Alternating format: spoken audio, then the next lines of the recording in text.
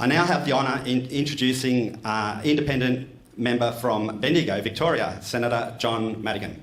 Ballarat, sorry.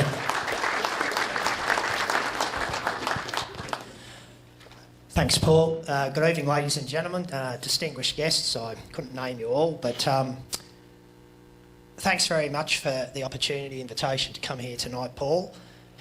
So ultimately, when we talk about the so-called Murray-Darling Basin Plan, what is it that we're actually talking about? Because over the past few months since I've had meetings in Yea, I've had a meeting in Mildura, I've had a meeting in Barham, and I've had a meeting in Deniliquin, and now here tonight in Griffith, and last Thursday I was in Goolwa at the Lower Lakes at the mouth of the Murray. And even if I boil down everything and I only took 10% of what people are telling me and the concerns people have raised with me, alarm bells should be ringing in Canberra, they should be ringing in Spring Street in Melbourne, they should be ringing in Macquarie Street in Sydney, they should be ringing in Adelaide, and they should be ringing in Brisbane. Because there are millions of lives who are affected by this. For this so-called plan to work, there has to be an economic, a social and an environmental outcome. And if we're not saving the environment for people, what are we saving it for? Now, I see the Prime Minister there, I think it was 2011 that he was here and he spoke to you. Okay, we'll roll forward to just before the federal election 2013 in the Senate, and the Murray-Darling Basin Plan came into the Senate, and I'd been there, say, around that time, roughly 2 years or 18 months when it came into the Senate. And I distinctly remember on the day it came in there, and having been visiting Deniliquin on a prior occasion, dragging my family up there and going around talking to machinery dealers and going out and visiting farms, and having been out to Collin Gully west of Wagga and talking, I see a couple of people here from Collin Gully tonight, and speaking to these people and listening to the concern and listening to a meeting that was conducted in the Collin Gully Hall, if I could recall correctly, and the New South Wales Department of the Environment was there, and the first thing that springs to mind is the fact that there was all the butcher's paper hanging on the wall and big thick texters. And it took me back to a time at home when at home in Ballarat we had the Victorian government when they built the Goldfields super pipe, which took water from the Waranga Channel north of the Divide to take it to Ballarat. And Australia, as soon as I saw the butcher's paper, I thought, here we go again. It's the divide and conquer. It's the people that come out who are paid by the government with a preconceived outcome which ultimately screws people. And at Collin Gully, you know, I just saw the same thing happening. And when and then I visited a family at Stanhope near Rochester in Victoria, they were dairy farmers, and they'd been on this property for about nearly 80 plus years. And I was speaking to this gentleman who's in his 80s, and he was telling me, he said, I've been paying for this channel that brings water down to our property my whole of my working life.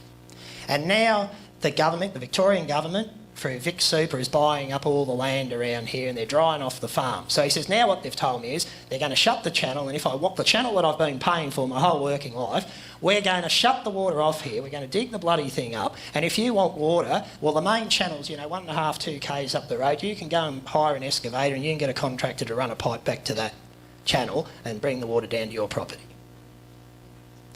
Now, I personally don't think that's fair.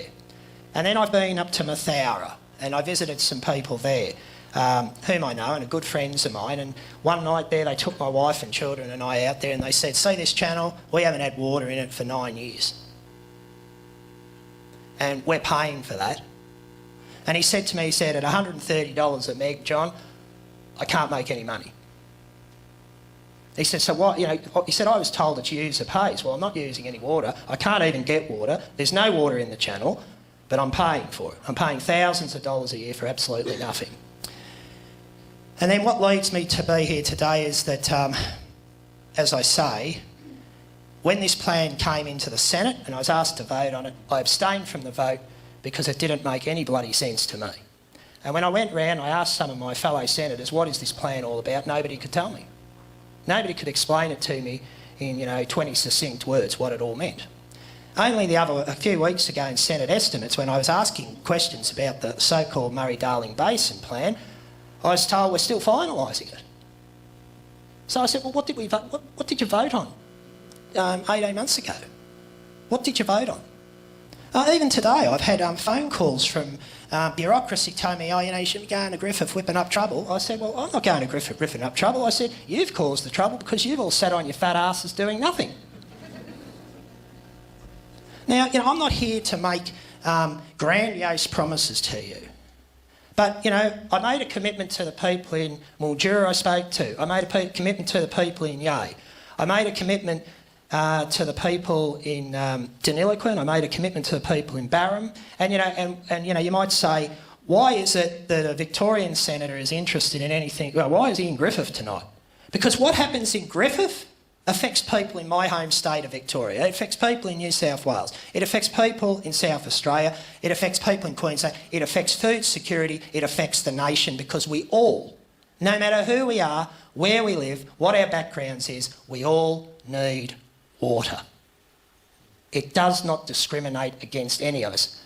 Colour or creed, age or address, everybody is affected by water. And we've got to get this right. And, visiting Goolwa last week, because I actually want to see what's happening. I don't want to get it second-hand. I actually want to see what is happening. I went down there, I had a look at the lower lakes. I've had a look at the barrages. And I can tell you, whoever's got the contract with those bloody dredgers working across the Murray, my God, is that an open chequebook? I wish I had that job. Whoever it is must be laughing all the way to the bank because, that would be the best contract in the world to have. I wish when, I was at home in my blacksmith shop, because I'm a boilermaker blacksmith, I wish to God I'd had a contract like that because that's gold-plated, it's fantastic and I'm sure anybody here in business would love a crack at that contract. It's just incredible. But the question is, I visited some friends in the Mallee the other day and I was talking to them and of course they're dry land farmers and I said to them, well, what do you think about what's happening in Griffith? What do you think about what's happening in Benjuru? What do you think about what's happening in Mildura, Swan Hill, Stanhope, Rochester? What do you think? What's your opinion? And this bloke said to me, John, it's like this. He said, we use grey water to flush the toilet. We don't use our tank water. He said, why on earth are we using some of our best water for a dubious outcome?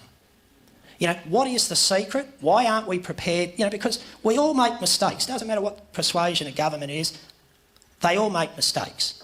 And, my father used to say, a smart man knows his limitations, a fool has none.